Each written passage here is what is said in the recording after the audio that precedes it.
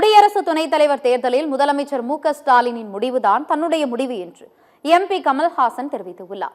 சென்னை விமான நிலையத்தில் செய்தியாளர்களிடம் பேசிய அவர் இவ்வாறு கூறினார்.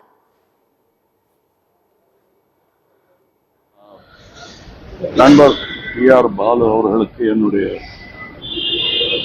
இரங்கல் செய்தியை சொல்ல வேண்டியது நட்புக்கான என் கடமை. நான் தமிழ்நாட்டிலிருந்து தலைநகருக்கு போனது தமிழர்களுக்கு என்னென்ன பயன் கிடைக்கும் என்பதை கொண்டு வருவதற்கும், கிடைக்கவில்லை என்றால் ஏன் கிடைக்கவில்லை என்பது கேட்பதற்கும் நான் போயிருக்கிறேன். என்னுடைய நாடு முக்கியம், தமிழ்நாடு முக்கியம். இது தமிழ்நாட்டையும் மனதில் கொண்டு இருப்பவர்கள் யார் என்பதை தான் தேர்ந்தெடுக்க வேண்டும்.